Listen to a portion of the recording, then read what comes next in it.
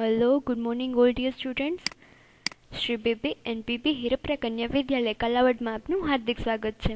આજનો લેક્ચર છે આપણો ગણિતમાં પ્રકરણ 8 ચતુષ્કોણ. તો ચેપ્ટર 8માં આપણે શું જોયું છે? આપણો પાર્ટ 1 હતો, એનામાં શું જોયું હતું? ચતુષ્કોણ કોને કહેવાય એની વ્યાખ્યા જોઈ હતી પહેલા લેક્ચરમાં. પછી ચતુષ્કોણના પ્રકાર જોયા હતા. તો આપણે એકવાર રિપીટ કરી નાખીએ. તો ચતુષ્કોણના ખૂણાના સરવાળાના ગુણધર્મ આપણે શું જોયું હતું? ચતુષ્કોણના ચારેય ખૂણાઓનો સરવાળો 360 અંશ થાય છે. ખૂણો A પ્લસ ખૂણો B પ્લસ ખૂણો C પ્લસ ખૂણો D બરાબર 360. અને કેવી રીતે થતું હતું? ચતુષ્કોણ વચ્ચે આપણે એક વિકર્ણ દોરી નાખીએ. બે શિરોબિંદુ સામસામેના ભેગા કરવાના એટલે આપણને એક વિકર્ણ મળે. તો વિકર્ણ દોરી એટલે આપણને બે ત્રિકોણ મળે છે. ત્રિકોણના ત્રણેય ખૂણાનો સરવાળો કેટલો થાય? 180 અંશ. તો આપણને બે ત્રિકોણ મળે છે. તો બે ત્રિકોણ છે તો 180 પ્લસ 180 એટલે 360 અંશ થઈ જાય. આમ આપણને ચતુષ્કોણના ચારેય ખૂણાઓનો સરવાળો 360 અંશ મળે છે. તો આ ચતુષ્કોણનો સરવાળાનો ગુણધર્મ આપણે હજી એકવાર રિપીટ કરેલો છે. હવે આ ચતુષ્કોણના પ્રકાર છે. 1 થી 6 પ્રકાર આપણે આવે છે. તો પહેલો ચતુષ્કોણ ક્યાં એનો પ્રકાર શું છે? કયો ચતુષ્કોણ છે? પહેલો સમલંબ ચતુષ્કોણ છે. આ બીજી આકૃતિમાં છે ચતુષ્કોણ PQR, એ કયો છે? સમાંતર બાજુ ચતુષ્કોણ. ત્રીજો કયો છે? લંબચોરસ, આપણો જાણીતો આ લંબચોરસ છે ત્રીજી આકૃતિમાં. પછી ચોથી આકૃતિમાં ચતુષ્કોણ છે એ કયો છે? સમબાજુ ચતુષ્કોણ. અને પાંચમામાં ચોરસ છે. અને છઠ્ઠી આકૃતિ શેના જેવી દેખાય છે? પતંગાકાર જેવી દેખાય છે. તો એના ઉપરથી જેનું નામ છે પતંગાકાર ચતુષ્કોણ. તો આપણને ટોટલ 6 પ્રકારના ચતુષ્કોણ છે. એના અલગ અલગ આપણે જોયા હતા. શું જોયું હતું અલગ અલગ ડિફરન્સ? કે આપણો સમાંતર બાજુ ચતુષ્કોણ છે તો આ ચારેય છે સમાંતર બાજુ ચતુષ્કોણ છે. ચોરસ છે લંબચોરસ છે, પણ લંબચોરસ એ ચોરસ નથી. એ બધું આપણે જોયું હતું. તો એ બધું ખાસ આપણે પાછું જોઈ લેવાનું છે. એનો ઉપયોગ દાખલામાં થશે. હવે આપણે પ્રમેય જોવાના છે. તો આ પ્રમેય 8.1 છે. સમાંતર બાજુ ચતુષ્કોણના ગુણધર્મો એ જોવાના છે. તો એ ગુણધર્મો જોતા પહેલા એક તમારી પાઠ્યપુસ્તકમાં પ્રવૃત્તિ છે. પ્રવૃત્તિમાં શું આપેલું છે? એક કાગળના ટુકડામાંથી આપણે સમાંતર બાજુ ચતુષ્કોણ કાપવાનો છે. સમાંતર બાજુ ચતુષ્કોણ કાપી લીધો પછી એને આપણે વિકર્ણથી કાપી નાખવાનું એટલે આપણને બે ત્રિકોણ મળે. આ બે ત્રિકોણ છે ને એને આપણે એક ઉપર એક ગોઠવવાનું અને જોવાનું. શું જોવા મળશે તમને? બે ત્રિકોણ એકબીજાને એકરૂપ થાય છે? તો હા, બંને ત્રિકોણ એકબીજાને એકરૂપ થશે. એવી રીતે આપણે બીજું સમાંતર બાજુ ચતુષ્કોણ દોરવાનું અને એનામાં પણ એવી રીતે રિપીટ કરી શકાય. તો આ પ્રવૃત્તિ ઉપરથી આપણે પ્રમેય 8.1 અહીંયા મેં એક લખેલું છે. આ પ્રમેય 8.1 8મા ચેપ્ટરમાં છે એટલે આપણે 8.1 કહેશું. તો પ્રમેય 8.1 સમજવાનો છે. તો એમાં શું છે વિધાન?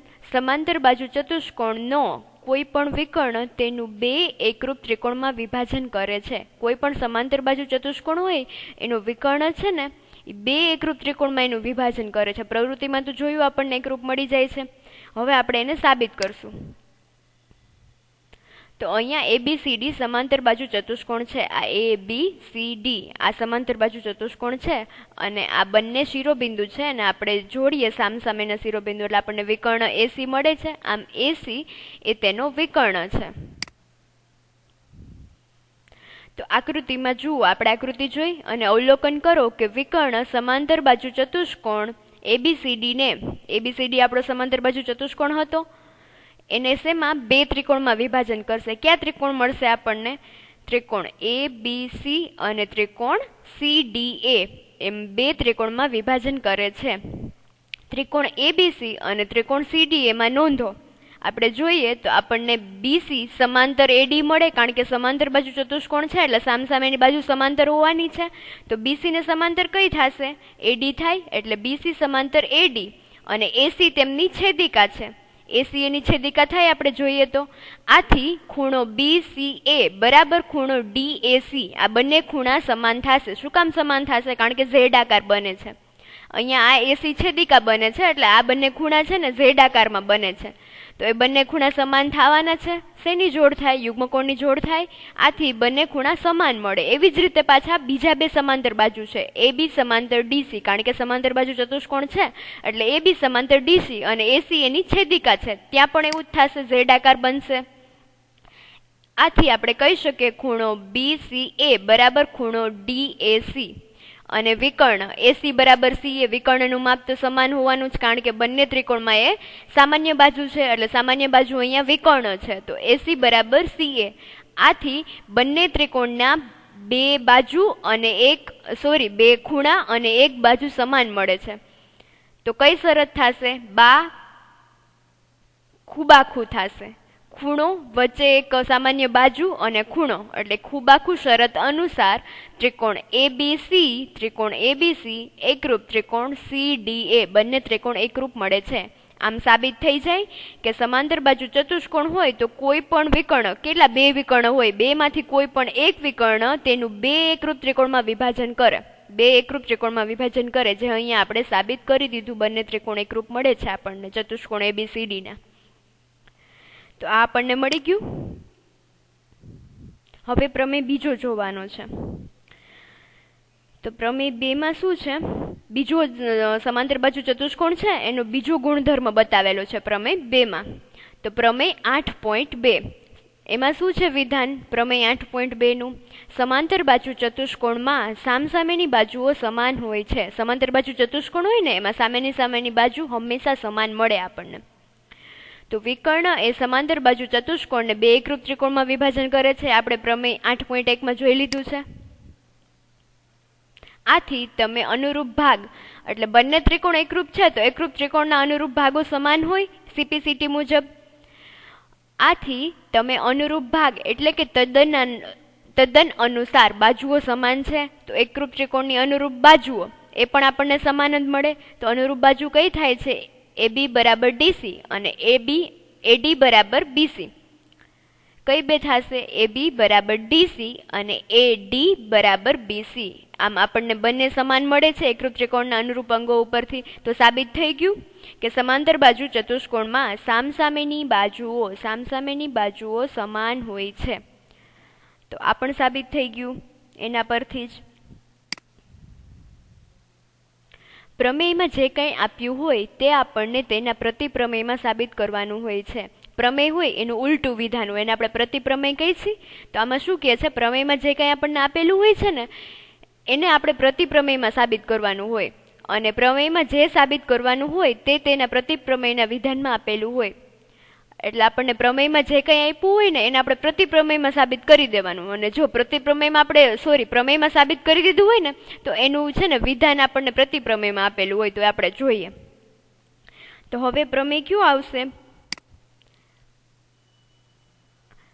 8.3 આવશે, જે નીચે પ્રમાણે રજૂ કરી શકાય. જો ચતુષ્કોણ સમાંતર બાજુ ચતુષ્કોણ હોય તો સામસામેની બાજુઓની પ્રત્યેક જોડ સમાન થાય છે. સમાંતર બાજુ ચતુષ્કોણ હોય ને તો સામસામેની સમાન થાય, આ એનું પ્રતિપ્રમેય વિધાન કહી શકાય. તો હવે પ્રમેય 8.3 જોવાનું છે આપણે. પ્રમેય 8.3 છે એમાં આપણે આજે અગાઉ જોયું પ્રમેય 8.2 એનું પ્રતિપ્રમેય છે. તો આ પ્રતિપ્રમેય 8.3 છે એ આપણે જોઈ લઈએ.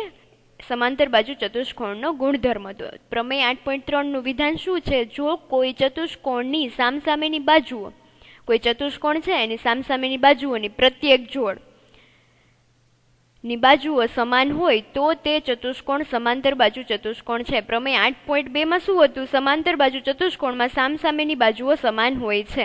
તો એનું ઉલટું પ્રતિપ્રમેય 8.3 કહી શકાય. તો પ્રતિપ્રમેય 8.3 માં શું છે? જો કોઈ ચતુષ્કોણની, અહીંયા ઊંધું છે પ્રમેય 8.2 કરતા, શું છે? કોઈ ચતુષ્કોણની સામસામેની બાજુઓની પ્રત્યેક જોડ સમાન હોય. તો આપણને પહેલેથી જ સમાન આપેલી છે. જો સમાન જ હોય ને તો એ સમાંતર બાજુ ચતુષ્કોણ છે. તો આ પ્રતિપ્રમેય થયું. પ્રમેય 8.2 થી ઉલટું વિધાન છે. આથી આ પ્રમેય 8.2 નું પ્રતિપ્રમેય છે પ્રમેય 8.3. તો આપણે એને સાબિત કરીએ. ધારો કે ચતુષ્કોણ ABCD ની બાજુઓ AB અને CD સમાન છે.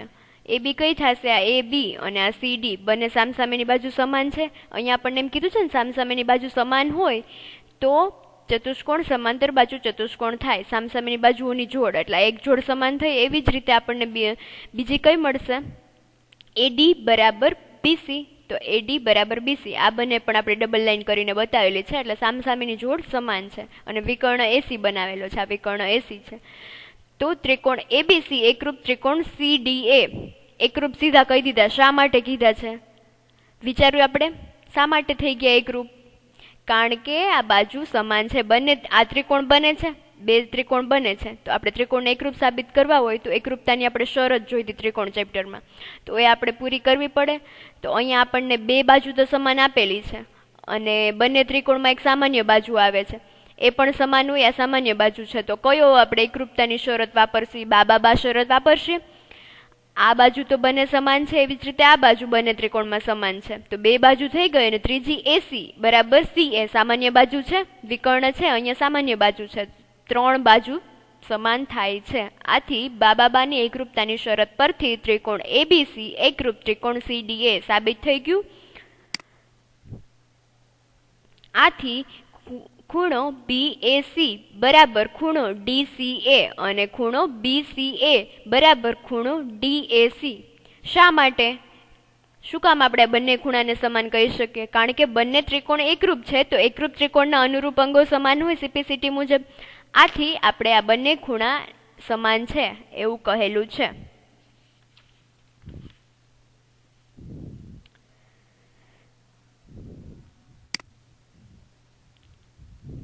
સમાંતર બાજુ ચતુષ્કોણમાં સામસામેની બાજુઓની પ્રત્યેક જોડણી બાજુઓ સમાન છે તથા તેનું પ્રતીપ જો ચતુષ્કોણની સામસામેની પ્રત્યેક જોડની બાજુઓ સમાન હોય તો તે સમાંતર બાજુ ચતુષ્કોણ છે.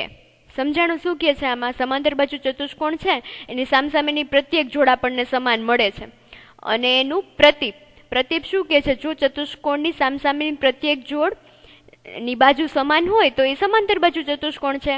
આપણે આવું જ પરિણામ સામસામેના ખૂણાઓની પ્રત્યેક જોડ માટે તારવી શકીએ. આ સામસામેની બાજુ માટે હતું, પેલા પ્રમેય પછી એનું પ્રતીપ હતું. તો એવી જ રીતે આપણે ખૂણા માટે પણ કરી શકીએ. તો આ ગુણધર્મ આપણે એના પછીના પ્રમેયમાં જોવાનો છે. તો એનામાં આપણે આ ખૂણાઓ માટેનો સમાંતર બાજુ ચતુષ્કોણનો ગુણધર્મ તારવીશું. પ્રમેય 8.4 તો પ્રમેય 8.4 નું વિધાન શું છે? સમાંતર બાજુ ચતુષ્કોણમાં સામસામેના ખૂણા સમાન છે. સમાંતર બાજુ ચતુષ્કોણ હોય ને તો સામેના ખૂણા સમાન હોય છે. તો ચતુષ્કોણના ખૂણાનો સરવાળો ગુણધર્મને અડે સમાંતર બાજુઓની છેદિકા વડે છેદવાથી મળતા પરિણામોનો ઉપયોગ કરીને આપણે જોઈ શકીએ કે પ્રતિપ્રમેય પણ સત્ય છે. આ પ્રમેય છે, એનું પ્રતિપ્રમેય પણ સત્ય છે. એ આપણે ગુણધર્મોનો અભ્યાસ કરીને જોઈ શકીએ એના પરિણામોનો ઉપયોગ કરીને. હવે પ્રમેય 8.5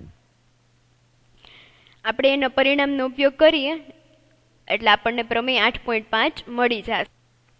તો પ્રમેય 8.5 છે અને આપણે સાબિત કરવાનું છે. તો પ્રમેય 8.5 નું આપણે વિધાન જોઈ લઈએ. તો પ્રમેય 8.5 નું વિધાન શું છે? ચતુષ્કોણના સામસામેના ખૂણાઓની પ્રત્યેક જોડના ખૂણા સમાન હોય. જો ચતુષ્કોણ હોય ને એની સામસામેના ખૂણાઓની પ્રત્યેક જોડના ખૂણા સમાન હોય, ખૂણા આપણને સમાન મળે ને તો એ ચતુષ્કોણ છે ને હંમેશા સમાંતર બાજુ ચતુષ્કોણ જ કહેવાય. આ એનું વિધાન છે. તો એની સમજૂતી આપણે જોઈએ, સાબિત કરીએ આપણે એને. સમાંતર બાજુ ચતુષ્કોણનો હજુ એક બીજો પણ ગુણધર્મ છે. હજી એક બીજો ગુણધર્મ છે. તો એને સાબિત કરવા માટે આપણે ચતુષ્કોણ ABCD એક સમાંતર બાજુ ચતુષ્કોણ ABCD દોરેલો છે. બંને બિંદુએ છેદતા આ વિકર્ણ છે એને આપણે છેદીએ બનાવીએ, બંને વિકર્ણ દોરીએ એટલે એ ક્યાં O બિંદુમાં છેદે છે અને O બિંદુએ છેદતા તે બંને વિકર્ણ દોરો. વિકર્ણ AC અને BD એ O બિંદુએ પરસ્પર છેદે છે. OA, OB, OC અને OD ની લંબાઈ માપવાની છે. આપણે એની લંબાઈ માપીએ ને તો આપણને OA બરાબર OC મળશે, OA બરાબર OC અને OB બરાબર OD મળશે. અથવા બંને વિકર્ણનું મધ્ય બિંદુ O છે એમ કહી શકીએ આપણને, કારણ કે આ બંનેનું માપ સમાન છે. તો આપણે કહી શકીએ બંને વિકર્ણનું મધ્ય બિંદુ આપણને O જ મળે છે. આ પ્રક્રિયાને સમજવા કેટલાક વધારે સમાંતર બાજુ ચતુષ્કોણ લઈને આ પ્રવૃત્તિનું આપણે પુનરાવર્તન પણ કરી શકીએ. બીજા ચતુષ્કોણ આપણે સમાંતર બાજુ ચતુષ્કોણ લઈને એમાં જોઈએ તો આપણને છે ને બંને વિકર્ણનું મધ્યબિંદુ O જ મળશે. એટલે આપણે પુનરાવર્તન પ્રવૃત્તિનું પણ કરી શકીએ બીજા સમાંતર બાજુ ચતુષ્કોણ લઈને પણ. હવે પ્રમેય 8.6 સમાંતર બાજુ ચતુષ્કોણનો બીજો ગુણધર્મ છે. તો આ પ્રમેય મળશે આપણને બીજા ગુણધર્મ માટે. સમાંતર બાજુ ચતુષ્કોણના વિકર્ણો પરસ્પર દુભાગે છે. દુભાગે એટલે બે સરખા ભાગમાં વિભાજન કરે છે. કારણ કે આપણને મધ્યબિંદુ તો મળતું જ હતું, તો મધ્યબિંદુ એટલે એની બંને આપણને સમાન મળતી હતી. કઈ મળતી હતી? OA બરાબર OC સમાન મળતું હતું, એટલે મધ્યબિંદુ મળતું હતું. તો મધ્યબિંદુ હોય તો બે સરખા ભાગમાં વિભાજન થાય. તો એ ગુણધર્મ કયો છે? પ્રમેય 8.6. એમાં શું છે? સમાંતર બાજુ ચતુષ્કોણના વિકર્ણો પરસ્પર દુભાગે. દુભાગે એટલે બે સરખા ભાગમાં વિભાજન કરે છે. તો આ પ્રમેય 8.6 છે, જે સમાંતર બાજુ ચતુષ્કોણનો બીજો પરસ્પર વિકર્ણ દુભાગે એ વાળો ગુણધર્મ છે. તો હવે આપણે તેનું પ્રતીપ જોવાનું છે. એનું પ્રતીપ છે ને પ્રમેય 8.6 નું, એ પ્રમેય 8.7 માં આપેલું છે. તો એનું વિધાન શું છે પ્રમેય 8.7 નું? જો કોઈ ચતુષ્કોણના વિકર્ણો એકબીજાને દુભાગે. દુભાગે એટલે કે બે સરખા ભાગમાં વિભાજન કરે. કોઈ ચતુષ્કોણ છે ને એના વિકર્ણો બે સરખા ભાગમાં વિભાજન કરે ને તો તે ચતુષ્કોણ સમાંતર બાજુ ચતુષ્કોણ છે. તો એનું પ્રતીપ થયું ને, આગળનો પ્રમેય જોયો આપણે, એનું પ્રતીપ છે. તો આ તેનું પ્રતીપ છે, એને આપણે સાબિત કરીએ. તો અહીંયા ચતુષ્કોણ ABCD આપેલો છે. એમાં OA બરાબર OC છે, OA બરાબર OC અને OB બરાબર OD આપ્યું છે. આથી AOB, આ AOB એકરૂપ COD થાય ને, કારણ કે આ બંને બાજુ સમાન છે. એટલે એકરૂપતાની શરત અનુસાર બંને ત્રિકોણ એકરૂપ થાય છે. માટે ખૂણો ABO બરાબર ખૂણો CDO મળશે. આ પરથી AB સમાંતર CD મળે છે અને BC સમાંતર AD મળે છે. માટે ABCD સમાંતર બાજુ ચતુષ્કોણ છે. તો આ સાબિત થઈ ગયું. Okay students, thank you, stay safe, stay home, bye bye.